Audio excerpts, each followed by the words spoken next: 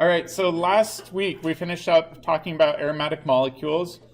We finished up by saying that it must have all of the following characteristics. It must be something that has a cyclic ring system. It must have every single atom in that ring system containing p orbitals that are aligned. It must be planar, and then it must have 4n plus 2 pi electrons in the ring system, where n equals some whole number integer.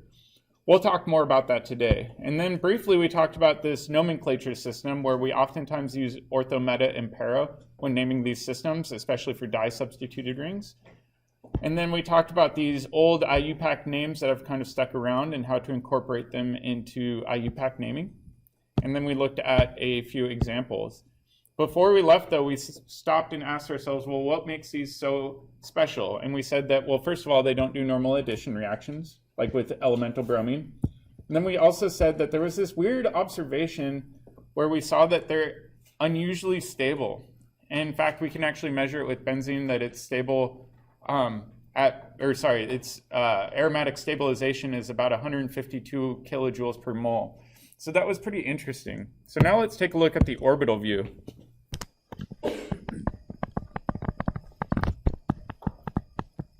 All right, the orbital view of benzene is pretty interesting, but before we do that, let's just go back to day one of general chemistry, or organic chemistry, I guess, and look at benzene. We know benzene's pretty unique because it's got a resonance structure. So we can draw benzene using either one of these forms, which means that its hybrid form we can kind of draw as a hexagon with a dashed circle on the inside, right? To indicate that those pi bonds are delocalized. Sometimes what you'll even see is some chemists will just show this with a circle inside. All of these are acceptable views of showing that delocalization of electrons around the entire ring system. So let's try to imagine what this looks like from an orbital point of view. So let's do a side-on view. All right, so we've got 6 carbons. We're going to imagine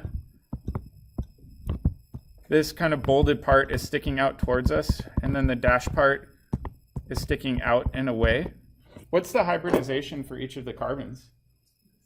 It's sp2, right?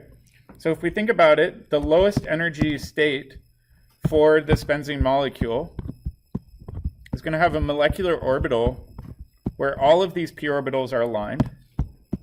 And then the opposite phase is going to have all of these p orbitals essentially underneath. Let me clean this up.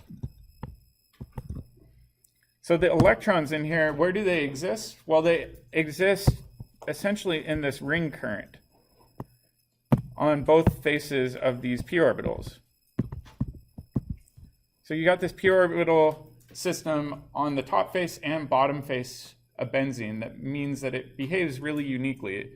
What's another thing we talked about in terms of this ring current, in terms of spectroscopy? What does it do in NMR? Yeah, it acts like a little magnetic field. It downfield shifts all of these protons. So if we've got protons right here, where do they typically show up? 6 to 9 ppm. And that, again, has to do with this ring current of electrons going through this p orbital system. But it relies on all of these p orbitals being aligned, and it has to be cyclic in order for this current to occur. Does that make sense? All right, so now let's go back into these rules. So what were the various rules for determining if a molecule is aromatic?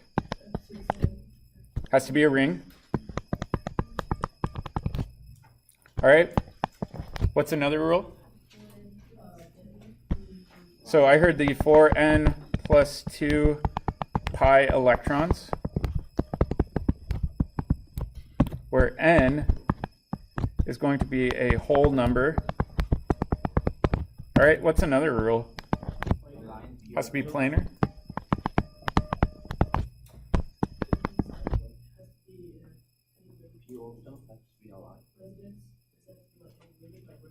So you brought up resonance. Resonance kind of fits in, so we'll talk about that more. But Ken was saying you have to have a p orbital on every single atom in your ring system that's aligned, right?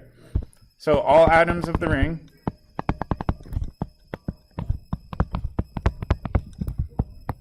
must have aligned p orbitals. If all of these are true, then we're dealing with an aromatic compound. All right, so let's take a look. Sorry, I'm just going to put this in the back at some examples. All right, so I'm going to copy down a few of these.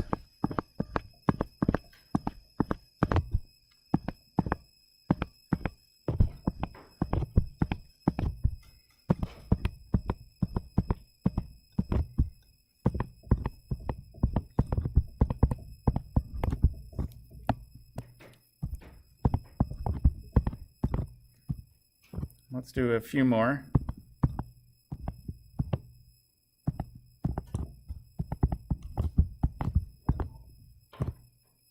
Oops, sorry. This should be a different size ring. I'll fix this. There we go. All right, so let's do a few of these examples. So I've got a handful of examples here. Let's do the first one. Is this one aromatic? Yeah, definitely. We know that benzene's aromatic because it's planar, it has aligned p orbitals in the system, and then how many total electrons do we have? How many electrons do we have in the p orbital system? 6, okay? So we can make a note here and we can say, all right, 6 electrons. All right, what about this next one? This next one has 6 electrons right next to it. Is that aromatic as well? Why not? Okay. So not aromatic because it's not a ring. All right, what about the next one? Is the next one aromatic? And if it's not aromatic, why is it not aromatic?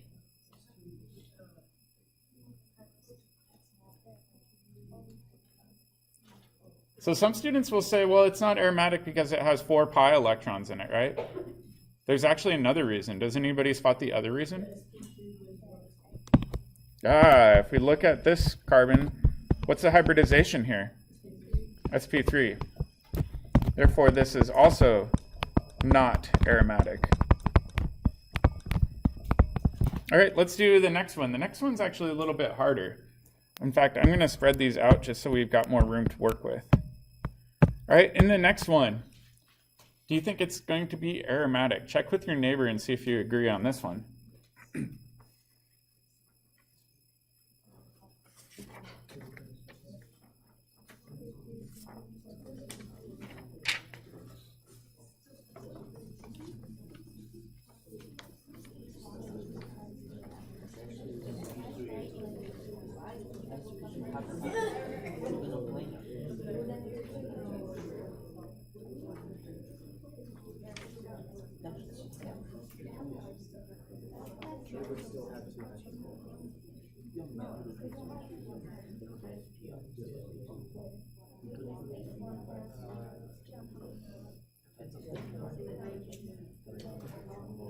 All right, so now let's go back. A lot of students will look at this molecule and they'll say, all right, this carbon, what's the hybridization here? Some people say sp3, some people say sp2. We've got to really go back to first term to practice this. Does anybody want to argue why this might be sp2? What do you think? Yeah, so those lone pairs, can we move them via resonance? Well, let's try. If we go ahead and we try to move these via resonance, right, we can move those lone pairs around the ring system.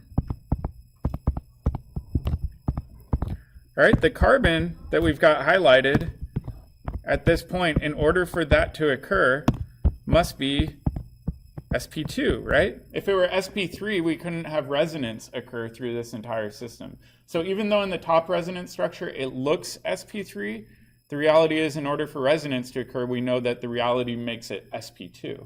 All right, so we know we've got p orbitals around every single carbon in the ring system. Now, do we follow Huckel's rule? Do we have the proper number of electrons? How many electrons do we have? 6. So we count the electrons in the pi bonds, but why do we count the lone pairs? because they can also become a pi bond, right? The lone pairs in this case we just saw with resonance arrow pushing can participate as a pi bond. So in this case, this would be an example of an aromatic molecule. And it has 6 electrons in the pi system. All right, now let's try the next one. Yeah? Is that 6 n and then 4n plus 2, or is it what it equals to? So that's a good question. So the question was, how does this relate to the 4n plus 2 rule? So what this means is it's 4n plus 2 equals 6, where in this case, the whole number that we're plugging in here is 1. So basically, any number that gets spit out of this equation, where n is some whole number integer, would follow Huckel's rule. Does that make sense? Yeah. Yeah, it could be more than 6, it could be less than 6. In fact, we'll do a few more when we look at this. Let's do this next one, though. All right, this next one. What's the hybridization for this atom? Is it sp2, sp3? Remember, there's a hydrogen that's assumed to be there. It would be sp2. All right, so we've got p orbitals on every single atom here. How many electrons do we have in the system? Let's say we have 6, right? 6 pi electrons. So I would say this is also aromatic.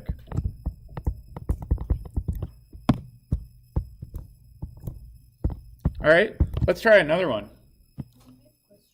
Yeah.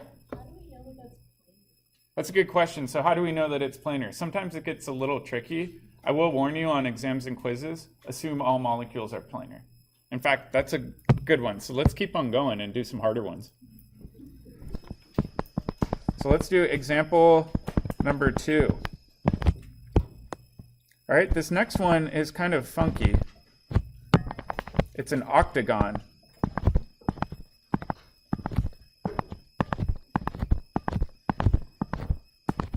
So it's cyclooctatetraene. All right. Do you think this is going to be aromatic? Why or why not? So how many electrons do we have in the pi system? 8, right? Does that follow 4n plus 2? We can't come up with the number n that would be a whole number to satisfy that equation, right? So the weird thing with this is it really doesn't want to be planar because of that. So what happens is this ends up adopting this weird shape. Let's see if I can draw this.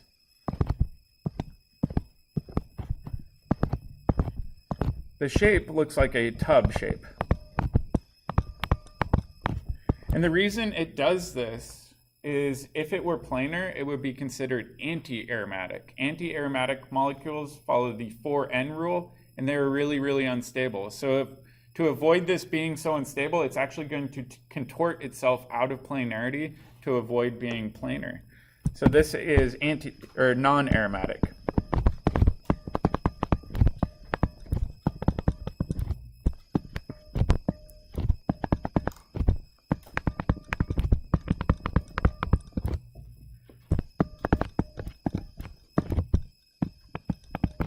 And non-planar. All right, let's do another one. This one's kind of fun.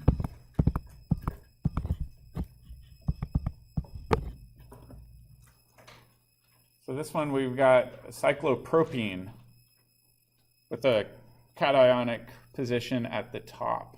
What do you think about this one? Is this still sp2? Yeah.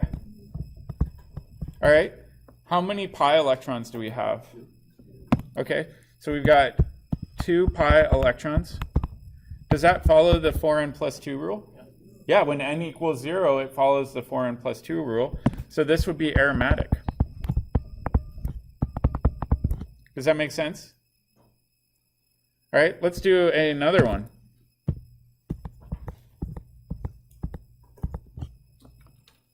What about this one?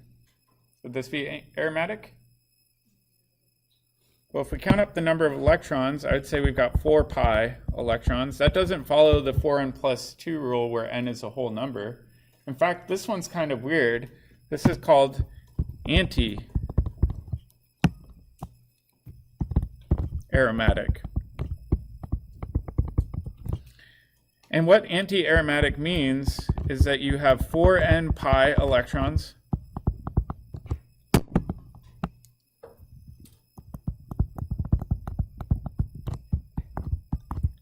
It's planar, it's cyclic, and it has aligned p orbitals. Some students get confused though, where they say, all right, over here, you said this one's anti-aromatic, meaning the opposite of aromaticity, but this one over here you said is non-aromatic. What's the difference between these? The non-planar part, right? So over here, if it's non-planar, it can't be anti-aromatic. Anti-aromatic means it must follow all of these rules to be considered anti-aromatic. And anti-aromatic compounds don't have any stabilization. In fact, they're considered to be destabilized for the most part. So it's always but is it always like for like iBox or So it's going to be a combination of pi bonds and lone pairs that can participate as pi bonds through resonance that add up to 4n plus 2. Yeah, so it can be a little bit tricky. Yep. So do anti-aromatics don't smell that much? That's a good question. So the question is, what do they actually smell like? In this case, it's so unstable that it can't be isolated. What do you think it could do with itself? It's a reaction we've seen. It can do a Diels-Alder reaction with itself. So let's just do it for fun.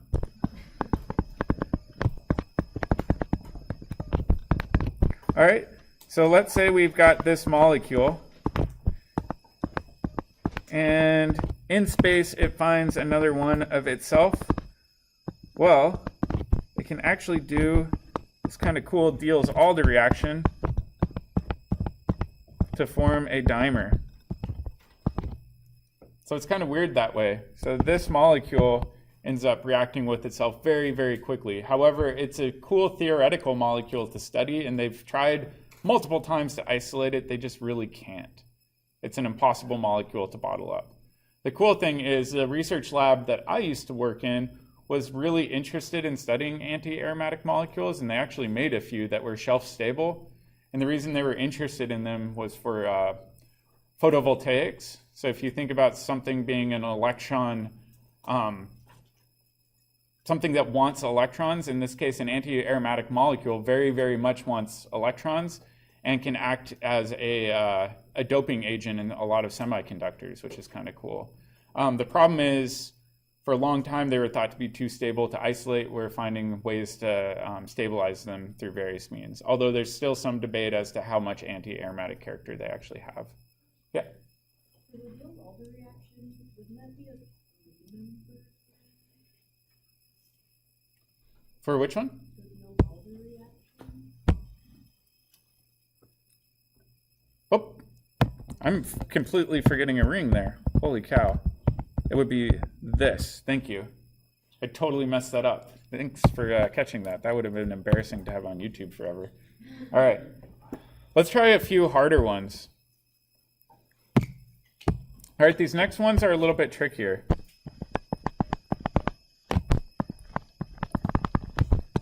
What I'm going to do is I'm going to throw in what are called heteroatoms. All right, what does it mean when I say a heteroatom?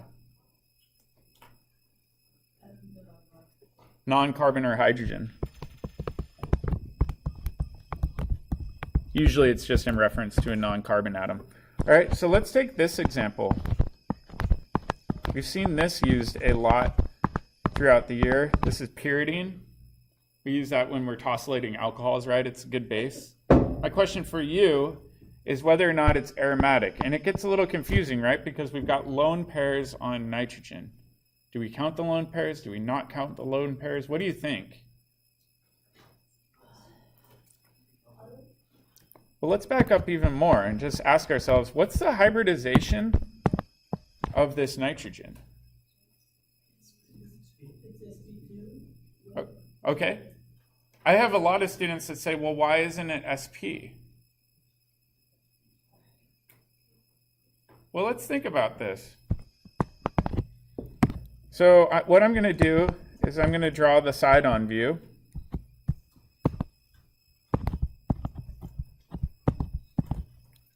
Oops, sorry.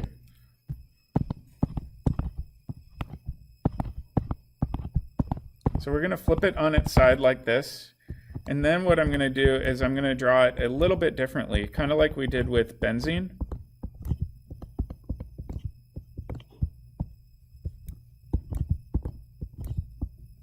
And draw it with wedges like that, right? All right, so we know that all of these p orbitals on carbon, they've all got to be sp2. So I'll go ahead and draw in all of those p orbitals. All right, we know that the nitrogen has a pi bond coming off of it, right? We've got a pi bond right there. So it must also have a p orbital participating in that pi bond, right? So at least the way we have it shown right now in space kind of looks like this, where that pi bond is located right there. Do we all kind of agree on that so far? All right, so where do you think that lone pair must be off of nitrogen? Can it be in a second p orbital? Probably not. None of the other carbons have p orbitals for it to align with. So instead what happens is that the lone pairs are going to reside in an sp2 lobe. Does that make sense? It's got to be in some lobe. So over here, this must be sp2. Some students will say, well, why can't we do resonance with the lone pair? Well, let's try, just for fun. You don't even need to copy this down. I see students try to do this, especially earlier on in the year. Like I said, you don't need to copy this down just because it looks so funny in my opinion.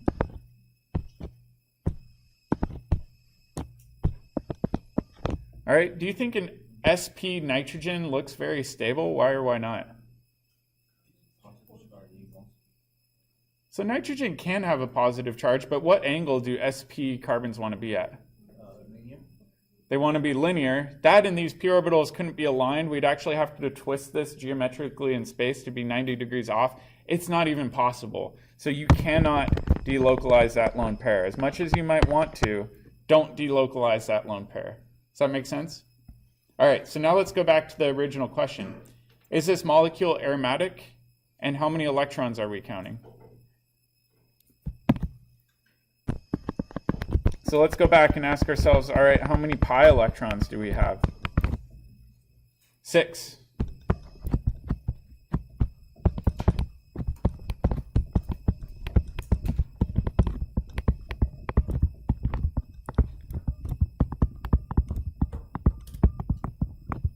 Because we can't count the sp2 lone pairs. They're not going to participate in resonance. Therefore, this molecule must be aromatic, right? Yeah, so the question was, in benzene, can you draw a dashed circle on the inside or a circle on the inside? You can, if you'd like to. People will know what you're talking about. All right, let's try another one.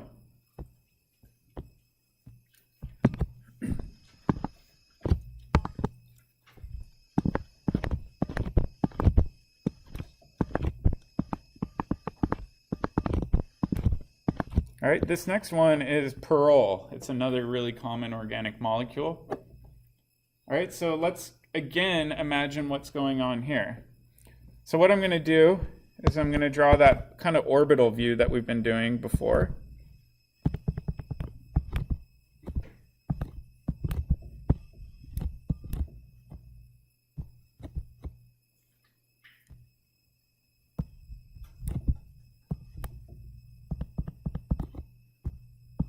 All right, so that's the backbone, right? We've got this 5-membered ring. We know each of the 4 carbons must be sp2.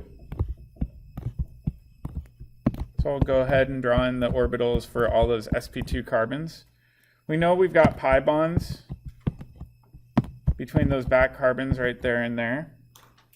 And we know we've got a lone pair. Where do you think the lone pair is going to be?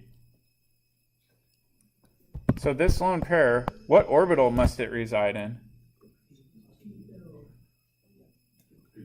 Well, let's even go back further. What orbital do you think this hydrogen is attached through? Must be an sp2. So let's go ahead and draw this over here. We'll go all the way back to the first term. We'll say this must be an sp2 overlap with hydrogen, right? Okay, that means that the only orbital that this lone pair could be located in is going to be in this orbital right here. Whoops, that's not what I wanted.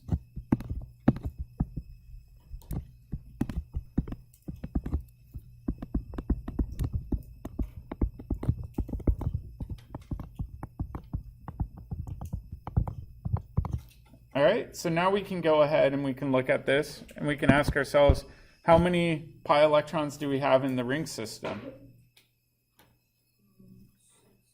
Can the lone pair delocalize and become a pi bond? Yeah, definitely. So let's even try that. Is this a valid resonance structure?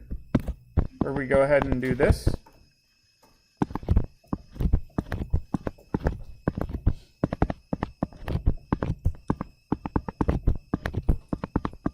Does that seem to follow all of our resonance rules?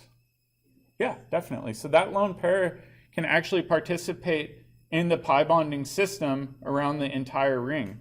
So I would definitely count that as a pi electron set. So I would say we have 6 pi electrons. Therefore, it's aromatic.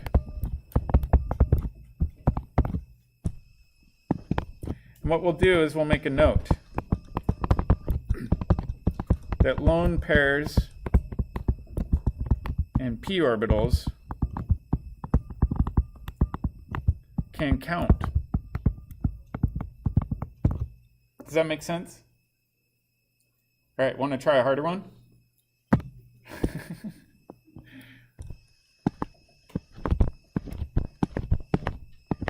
Oh, that looks messy. Sorry.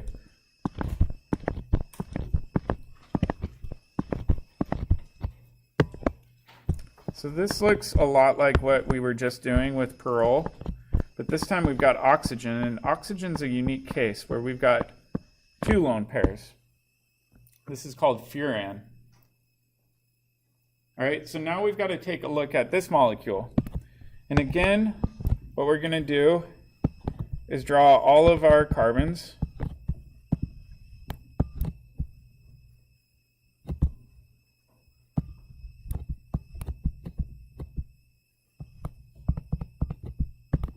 Like this, and we know that each of these carbons has a p orbital coming off of them.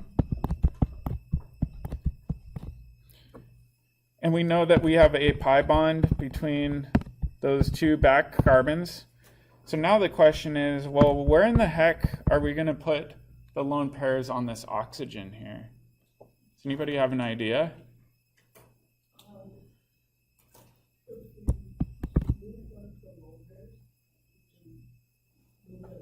Okay, so let's try that. So somebody said, let's move one of the lone pairs.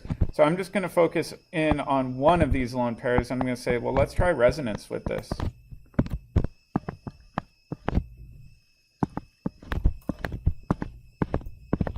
Okay, if we do that, we've got a negative charge there and a positive charge on the oxygen. Can I move the second lone pair, meaning this lone pair on oxygen? Can I move that now? No. Right? All right, second question. What's the hybridization for this oxygen in either of these situations if we're allowed to move one of those lone pairs? It must be sp2. Okay, so now we can say, well, we've got resonance here that's allowed. That oxygen must be sp2, which means that we must have an sp2 lobe, right? And the sp2 lobe always contains a pair of electrons in it, but where's the second pair? A p orbital, absolutely.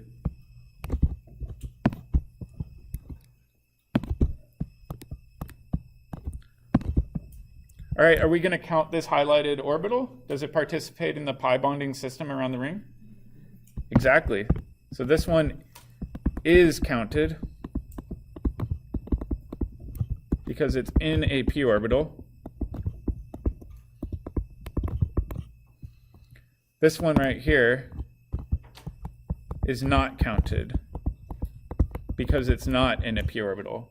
All right, so how many pi electrons are we going to count in the ring system? 6.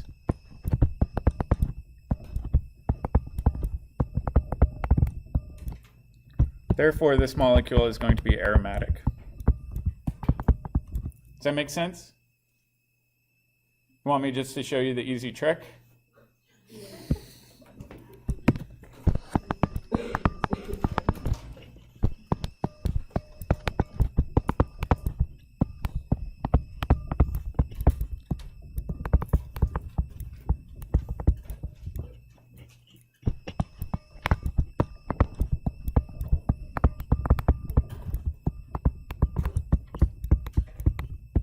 But never both.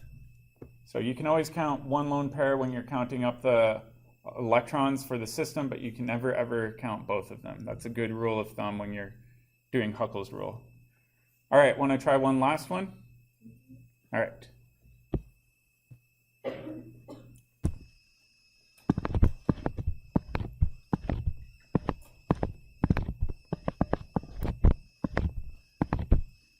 Sorry, I'm not very good at drawing 7-membered rings, so we'll stick with this butte. All right, is this molecule aromatic? Why or why not? Check with your neighbor and see if you agree.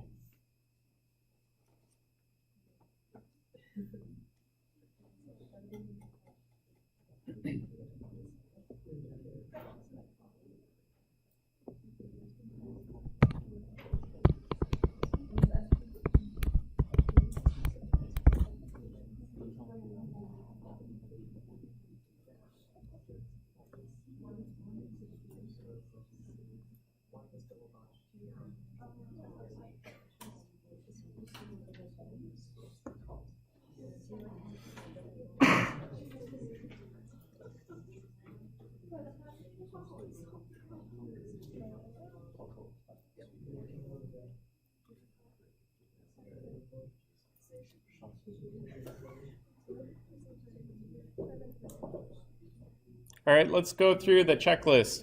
Is it a ring? Yeah. Do we have p orbitals off of every atom in the ring system? Yeah, definitely. All right, how many pi electrons do we have? Do we count this electron?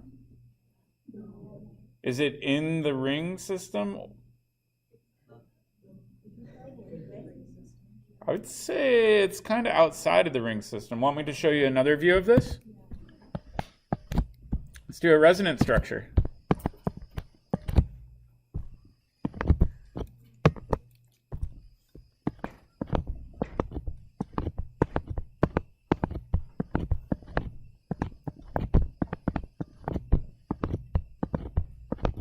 All right. That pi bond, is it participating going into the ring at all? No, if anything, it's being pulled out to the oxygen. There's no resonance structure where I can move that highlighted pi bond, that CO double bond, into the ring system, right? No allowable resonance can make that occur without having a Texas carbon, which isn't allowed. Yep. You said, but what about if you move one of the part of the ring and make them like one pair, and move one of the oxygen bond to the ring? So your question is, if we go like this,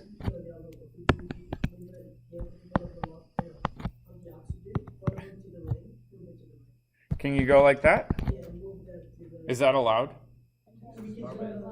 You would always run into a Texas carbon, no matter how hard you tried. If you tried to do that green resonance arrow, you'd always run into a Texas carbon. So in this case, our only option for that pi bond is to move it outside of the ring. It's not participating in the ring system at all. Okay, so how many pi electrons do we have here? 6 pi electrons. Oops, I can't write today. Therefore, this is aromatic. we cannot count this highlighted set. Actually, let me change the color here.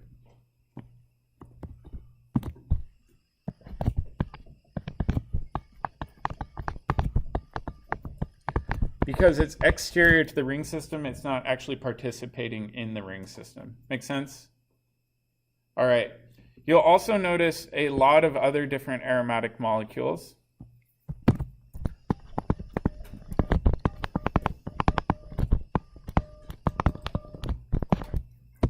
All right, let's take a look at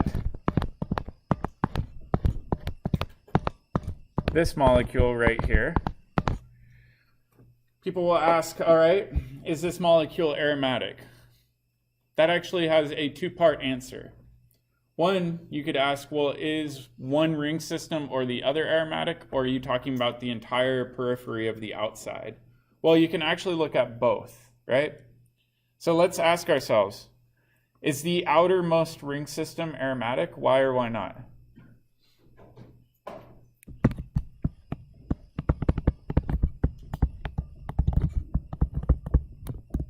What do you think?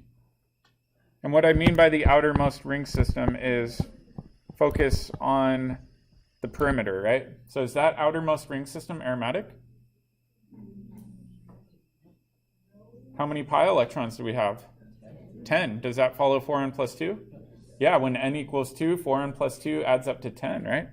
So yes, because it's got 10 pi electrons. All right, then we can say, well, what about this ring system? Is that aromatic?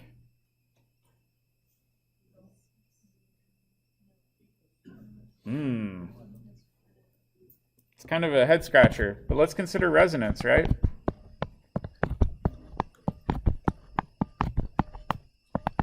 Okay, if we draw the resonance structure for this,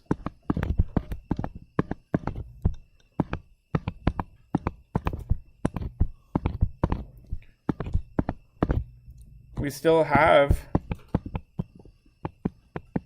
this green one. Is that aromatic? Yeah, definitely.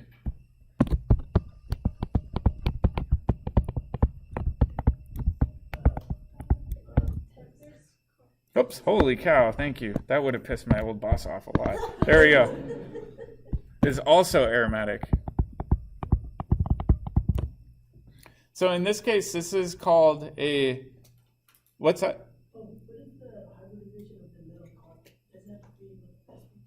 Yeah, so that's a good question. What do you think the hybridization is of these carbons right here? They'd be sp2. So those bridgehead carbons would be sp2 in this system. These are called acenes. They're just fused aromatic molecules. They're really interesting to explore.